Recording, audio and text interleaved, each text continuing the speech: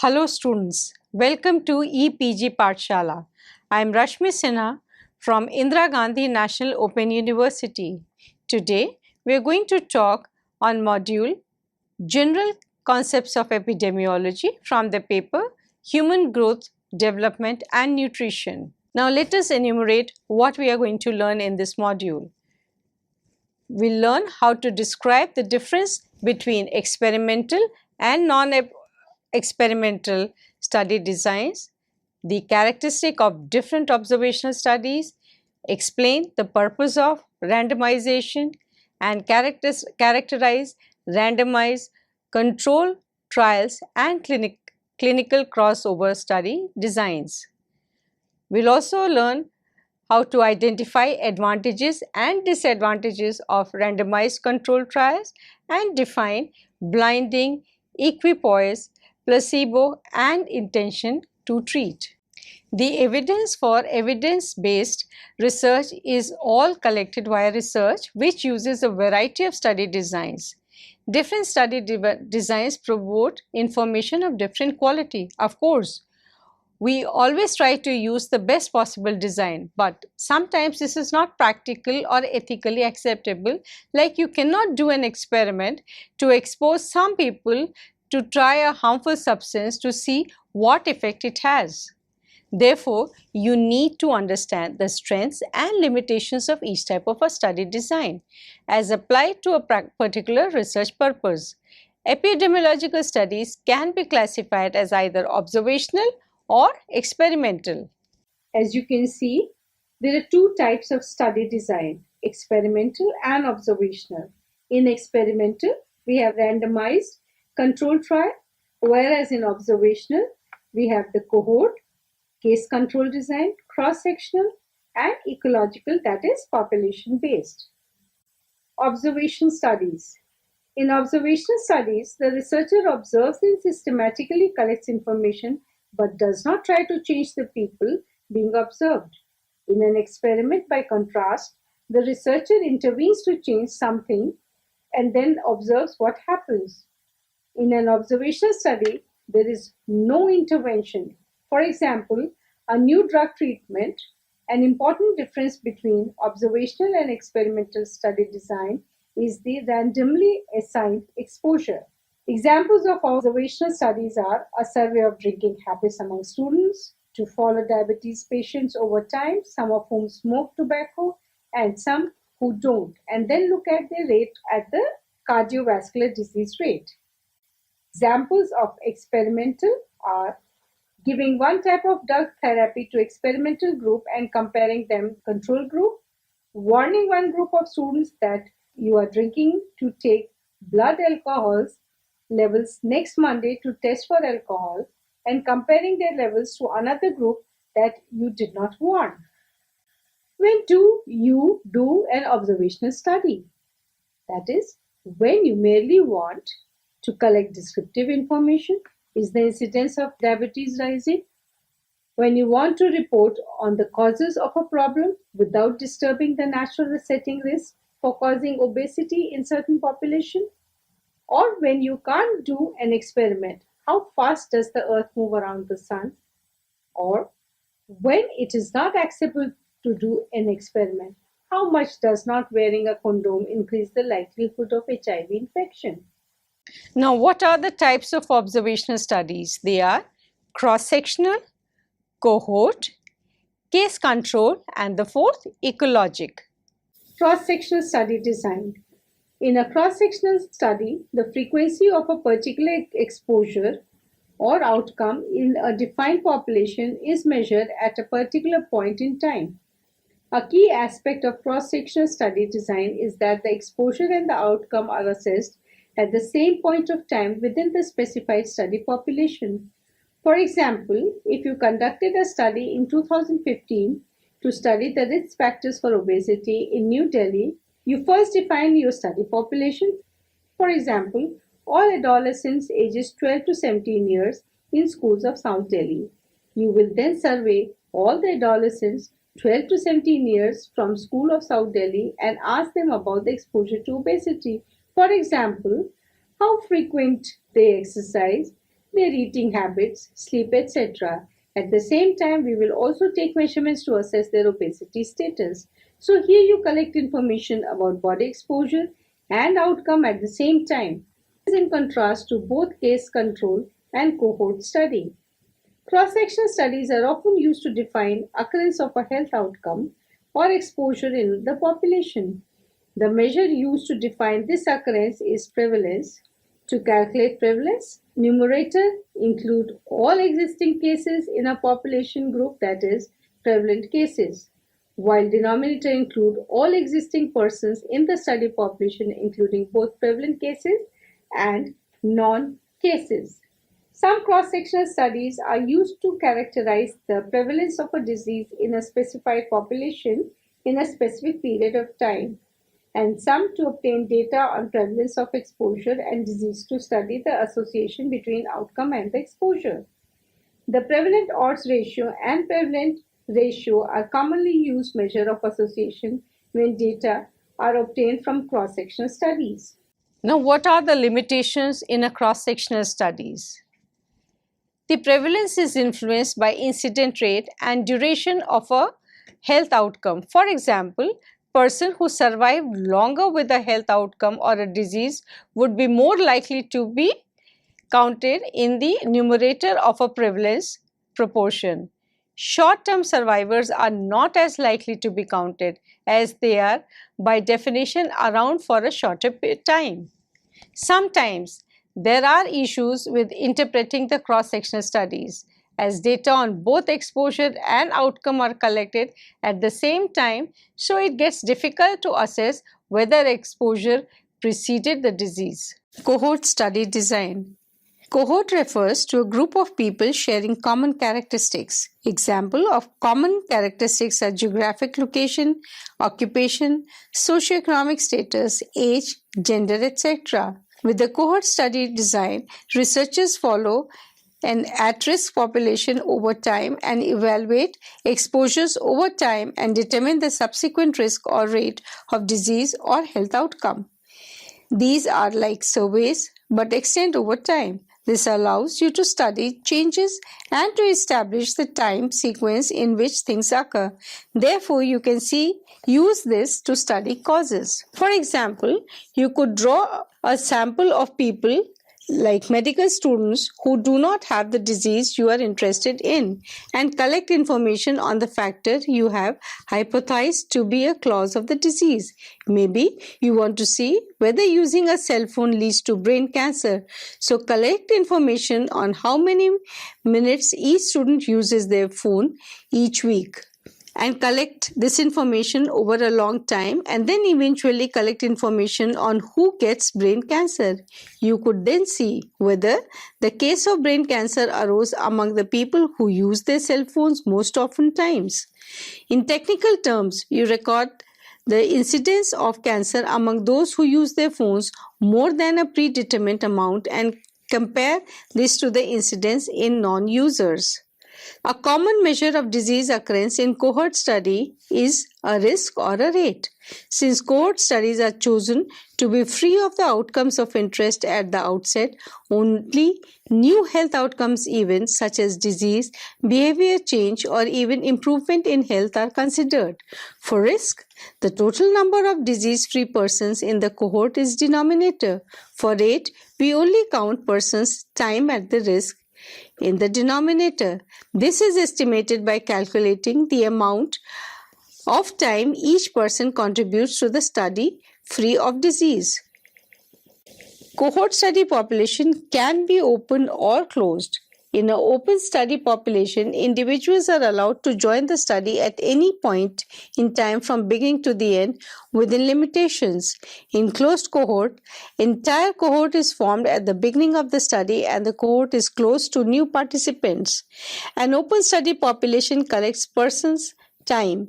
An open study design is also less prone to problems of same sample size because study participants contribute person time even if they were part of the study for cohort duration of time.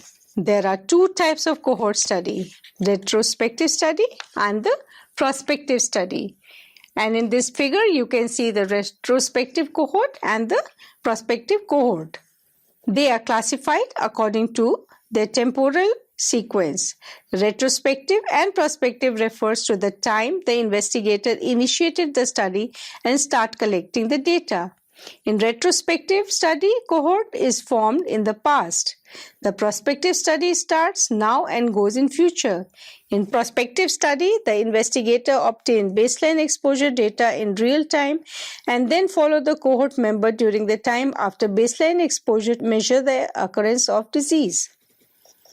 Advantages and disadvantages of cohort study design. Now, in any design or a study, there are advantages and disadvantages. Let us see in the case of cohort study design. The advantages of this study design is that it allows direct estimate of risk or rates. Investigator may specifically seek out individuals for the study with the exposure that is not typical among the general population. The ability to assess the effects of the rare exposure is the advantage of the cohort study. Also, cohort study can also be useful for assessing multiple outcomes. There are disadvantages also in this study is that they are expensive, they're also time consuming, resource intensive. Our ability to detect relatively small differences in risk and rates between exposed and unexposed groups is primarily influenced by the number of the health outcomes in each group rather than the number of persons in exposed group. Thus, if there are relatively few persons in an exposure category, we may need a very long period of time to follow up to observe sufficient number of rarer outcomes in order to detect difference across level of exposure. This accounts for considerable cost and time needed to properly conduct cohort study. If outcomes are very rare, then the size of the cohort groups may be too large to effectively detect a difference between study groups. Example of rare outcomes include certain cancers such as leukemia or kidney cancer. Loss of follow-up occurs when we cannot determine the outcome for some measures of the cohort during the entire course of follow-up. If losses are greater in exposed or unexposed groups or vice versa, we may obtain a biased estimate of risk ratio or rate ratio. Case control study. Case control study are an efficient and common epidemiologic study designed to study rare diseases where rare is defined as prevalence of less than 10%. In a case control study, researchers begin by selecting diseased individuals known as cases. Researcher also selects a group of individuals without a disease known as control. Case control studies proceed logistically from effect, that is, disease to the cause or exposure, as a researcher looks back in time to see what the exposure was in both the case and control group. So, there are three key steps in conducting case control study. 1. Define and select cases. 2. Define and select controls. 3. Compare the exposure prevalence. Since in case control design, you cannot calculate incidence of a disease, nor can you calculate preference, so rate and risk cannot be calculated directly for case control studies. Instead, we use a measure called odd ratio. Odd ratio is simply the odds of exposure for cases divided by odds of exposure for controls. The odd ratio represents the streaks of an association between exposure and outcome. Let us learn the advantages and disadvantages. It's most efficient design for rare diseases. It takes less time. It also uses few resources and money. It can examine multiple exposure. It is likely to be replicable in other populations. If sampled accurately, odd ratios provides the estimates of risk or rate ratio. There could be some biases in selection of subjects, measurements of exposure and analysis. Then, case control study does not provide the direct estimate for the risk or rate ratio. Also, they are not good for rare exposure. And The time sequence between exposure and outcome is uncertain. Ecologic study design. In ecological study design, data related to exposure and outcomes are collected at groups rather than individual level. Generally, ecologic studies use group level of measurements. For example, exposure measurement would be yearly average air pollution, air concentration in 5 different cities. Sometimes the health outcomes occurrences or proportion or rates are known only at the group level. For example, the yearly mortality or death rate from lung disease in these same cities with measured air pollution levels, obesity prevalence among low-income preschool children by state in India. Advantages and disadvantages of ecologic study design. Now let us see the advantages in this. Group level data on exposure and outcomes are often available publicly in state and national databases, that is, census data, mortality, etc. So, ecologic studies have a lower cost and are convenient. Ecological studies are useful for evaluating impact of community level interventions. For example, fluoridation of water, mass media campaign, and seatbelt laws, etc. We can compare outcomes at community level before and after the intervention. The major limitation of ecologic study design is ecologic fallacy, which conclude that the association at the group level between exposure and outcome is true at the individual level, when this may not be true. The reason for this fallacy is that we don't know the length between exposure and health outcome among individuals within each group. That is, we don't know the number of diseased persons who were exposed, non-exposed in high exposure group, nor in low exposure group. What we found at the group level may not be true at the individual level. Let's consider a hypothetical example that air pollution is higher in Calcutta than in Delhi. But mortality from lung disease is lower in Calcutta than in Delhi. We may come to the fallacious conclusion that air pollution protects against lung diseases. The explanation might be that persons dying with lung diseases in Delhi may have moved from high pollution cities. We don't know the cumulative exposure of cases and non-cases in either cities. In ecologic study, we cannot be confident that exposure precedes outcome, and we don't know what happens to the individual people.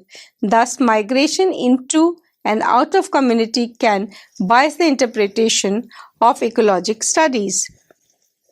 Experimental study designs.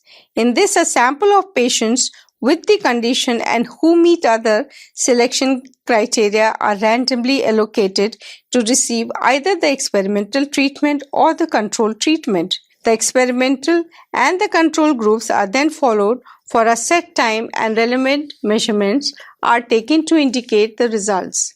In each group, experimental studies are gold standards for inferring causality. Now you can see how the random allocation, there is an experimental group and the control group. You can see from the figure. There are two types of experimental studies.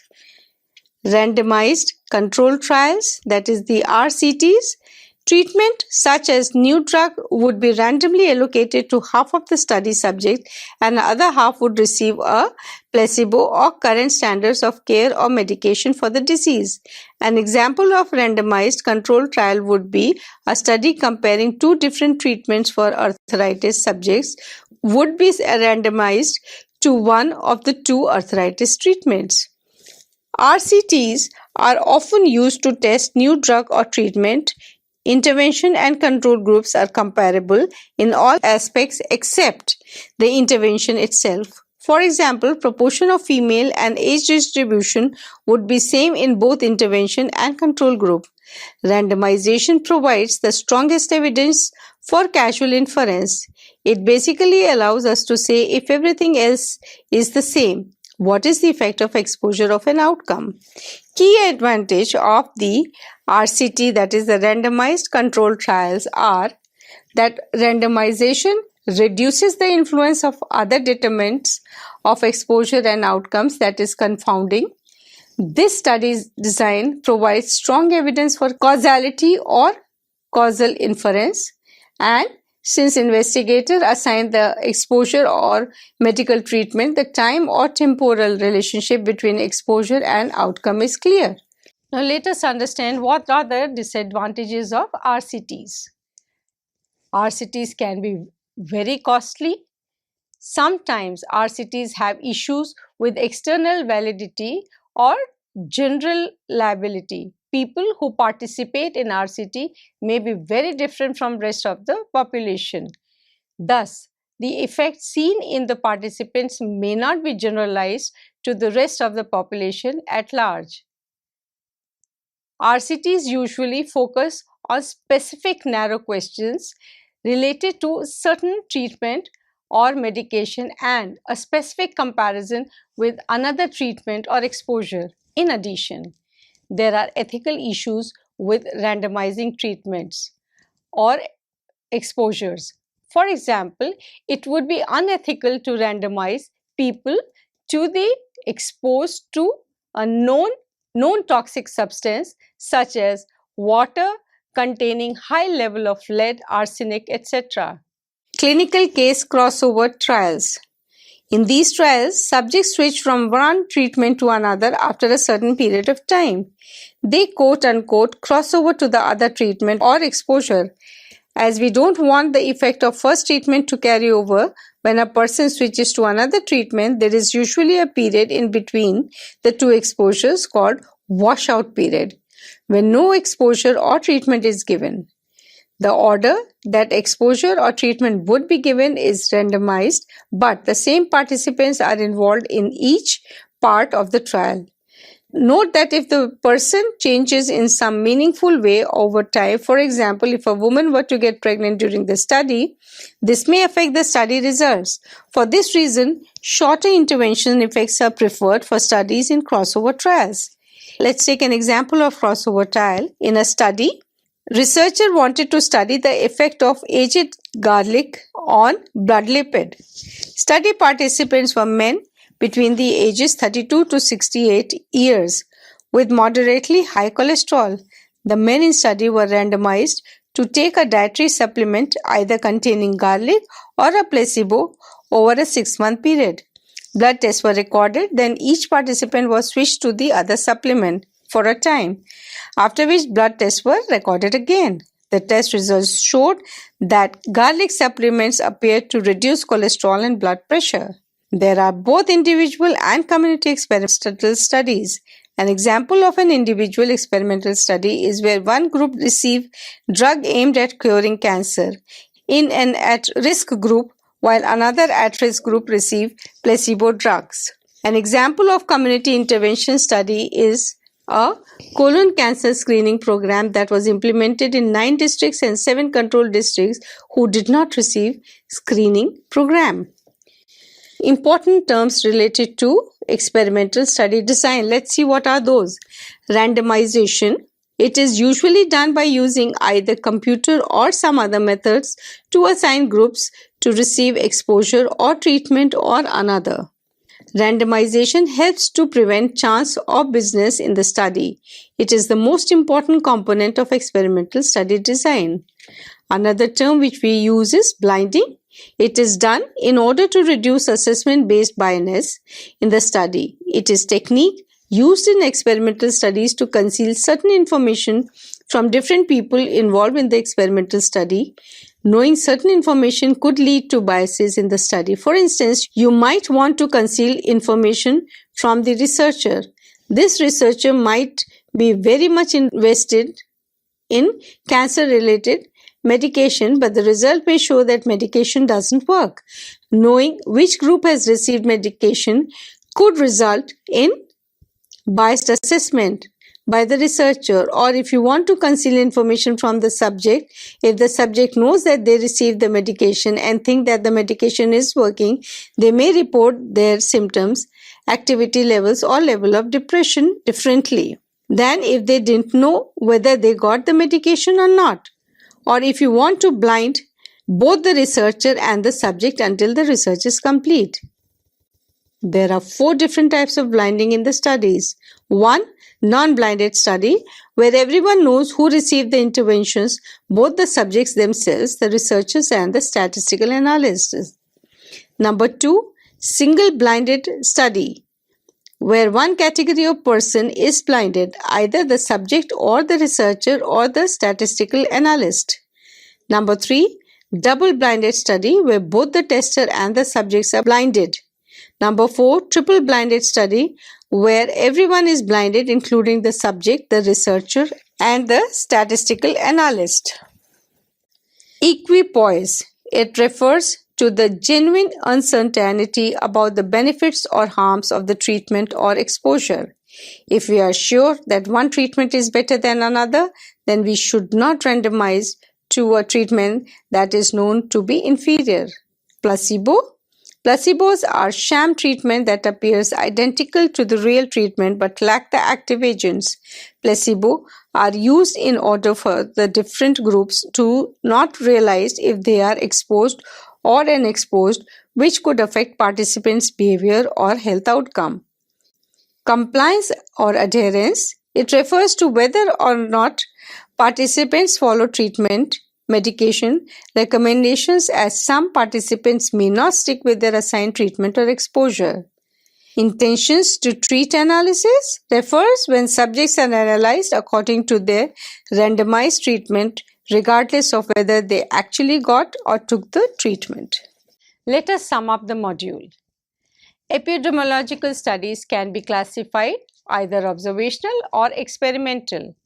In observational studies, the researcher observes and systematically collects information but does not try to change the people or the animal or the reagents being observed.